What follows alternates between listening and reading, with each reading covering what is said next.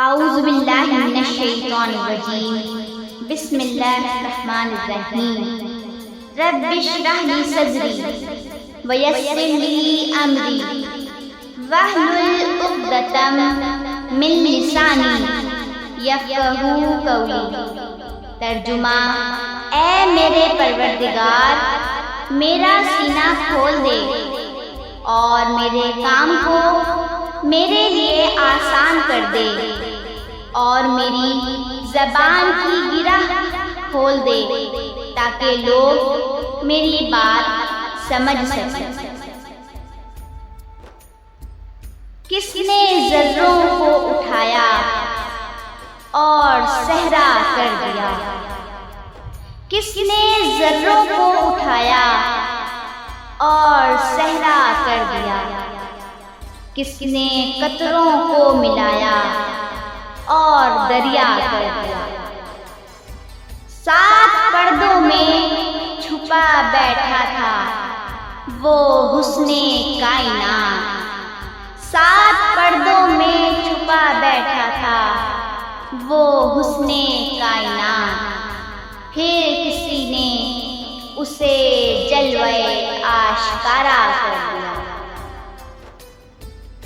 آج میرے channel SMT encyclopedia پر نبی اکرم صلی اللہ علیہ وسلم کی سیرت طیبہ پر بیان کیا جا رہا ہے۔ ویسے تو سیرت کے معنی لغت میں کسی کی کارکردگی یا کارناموں کا احاطہ کرنے کے آتے ہیں، لیکن آج تک کوئی مصنف، کوئی محدث، کوئی محقق، کوئی مدقق، کوئی مفسر، کوئی مفکر، کوئی مدبر، کوئی مؤرخ اور کوئی مقرر ایسا پیدا نہیں ہوا جس نے حضرت محمد صلی اللہ علیہ وسلم کی پوری سیرت کا احاطہ کیا ہے۔ چنانچہ میں وقت کی نزاکت کو مد نظر رکھتے ہوئے سیرت کے چند پہلو پر روشنی ڈالوں۔ جب ہم تاریخ کا مطالعہ کرتے ہیں تو دیکھتے ہیں کہ مورخین نے ایسی بڑی بڑی شخصیتوں کے تذکرے قلم بند کیے ہیں جنہیں دنیا آج تک یاد کرتی ہے۔ آج لوگ حاتم طائی سے محبت رکھتے ہیں اس کی جود و سخا کی وجہ سے، نوشیروہ سے محبت رکھتے ہیں اس کے عدل و انصاف کی وجہ سے، رستم کا تذکرہ بڑے فخر سے کرتے ہیں ان کی شجاعت اور مردانگی کی وجہ سے، سقراط اور افلاطون کا نام پیار سے لیتے ہیں ان کے علم و حکمت کی وجہ سے، فردوسی اور سعدی سے عقیدت رکھتے ہیں ان کی قوت گویائی کی وجہ سے۔ تو میں اس ذات اقدس صلی اللہ علیہ وسلم کی سیرت کیوں بیان نہ کروں جو تمام کمالات کا مجموعہ تھی؟ پھر بھی ایک حقیقت ہے کہ ان لوگوں میں جو کمال پایا جاتا تھا وہ ناقص تھا۔ میرے پیغمبر صلی اللہ علیہ وسلم کا ہر کمال کامل تھا۔ میں حاتم طائی کی سخاوت کو مانتی ہوں، مگر حاتم کی سخاوت کا اس ذات اقدس صلی اللہ علیہ وسلم کی سخاوت کے ساتھ کیا مقابلہ، جس نے دوست کو بھی فائدہ پہنچایا اور دشمن کو بھی، جس نے ظاہر کو بھی مالا مال کیا اور باطن کو بھی۔ میں نوشیروہ کے عدل و انصاف کو تسلیم کرتی ہوں، مگر نوشیروہ کے عدل و انصاف کو اس رسول ہاشمی صلی اللہ علیہ وسلم کے عدل سے کیا نسبت جس نے عرب کے انتقامی اور ظالمانہ ماحول میں عدل و انصاف کے میٹھے چشمے جاری کر دیے اور جس نے اعلان کیا اگر محمد صلی اللہ علیہ وسلم کی بیٹی فاطمہ بنت محمد چوری کرے تو اس کا بھی ہاتھ کاٹ دیا جائے، اور جس نے بدلہ لینے کے لیے اپنی کمر امت کے عام آدمی کے سامنے ننگی کر دی، میں رستم کی شجاعت کو تسلیم کرتی ہوں، مگر اس عظیم بہادر کے کیا کہنے جس نے بغیر لشکر اور بغیر ہتھیاروں اور مال و دولت کے سالہ سال تک عرب کے وحشی درندوں کا تن تنہا مقابلہ کیا۔ میں سقراط و افلاطون کے علم و حکمت سے انکار نہیں کرتی، مگر اس باب العلم و حکمت کے کیا کہنے جس کے فیضان علم سے سقراط اور افلاطون جیسے سینکڑوں ارباب علم و حکمت پیدا ہو گئے۔ پھر بات صرف اتنی نہیں کہ صرف یہی کمالات میرے پیارے آقا صلی اللہ علیہ وسلم میں پائے جاتے ہیں، بلکہ ہمارا تو دعویٰ ہے کہ آدم علیہ السلام سے لے کر عیسیٰ علیہ السلام تک تمام انبیاء کرام کو جو کمالات فردن عطا کیے گئے، وہ سارے کمالات رب کائنات نے بیک وقت حضور صلی اللہ علیہ وسلم میں جمع کر دیے تھے۔ میرے آقا صلی اللہ علیہ وسلم کی صورت حسین ہے، سیرت بہترین ہے، صورت میں جمال ہے، سیرت میں کمال ہے۔ میرے محبوب پیغمبر صلی اللہ علیہ وسلم کی سیرت کا باب اتنا وسیع ہے کہ اماں صدیقہ پیغمبر کی رفیقہ، ازواج میں لئیقہ، امت میں شفیقہ، اخلاق میں خلیقہ، کائنات میں باسلیقہ، شان میں عجیبہ، نہایت خوش نصیبہ، حبیب خدا کی حبیبہ، باغ نبوت کی اندلیبہ۔ وہ فرماتی ہیں کانا خلوق القرآن، سارا قرآن میرے مصطفیٰ صلی اللہ علیہ وسلم کی سیرت ہے۔ میرا پیغمبر صلی اللہ علیہ وسلم امی ایسا ہے کہ ساری کائنات میں ان کا استاد نظر نہیں آتا، اور استاد ایسا ہے کہ ساری کائنات ان کی شاگرد ہے۔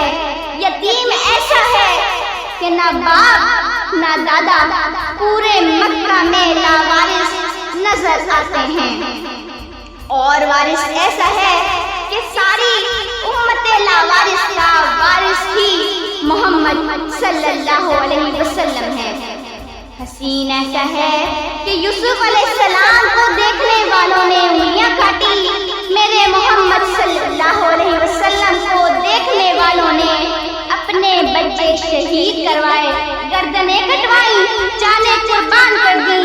حسین ایسا ہے کہ خدا نے اپنا محبوب بنا لیا، اور حیا اتنی ہے کہ عرب کی کنواری لڑکیاں بھی حیا کا مقابلہ نہ کر سکتی۔ بہادر اتنے ہیں کہ اکیلے غزوہ حنین میں کھڑے ہوئے، نرم دل اور مہربان اتنے کہ ساری زندگی کسی کو انگلی کا اشارہ بھی نہ کیا۔ میرے محبوب صلی اللہ علیہ وسلم کی عجیب سیرت ہے۔ بیک وقت حضور صلی اللہ علیہ وسلم میں دو چیزیں ہیں۔ میرے مدنی آقا صلی اللہ علیہ وسلم بہادر بھی ہیں، شریف بھی ہیں، حسین بھی ہیں، باحیا بھی ہیں، امی بھی ہیں، استاد بھی ہیں، یتیم بھی ہیں، اور وارث بھی ہیں۔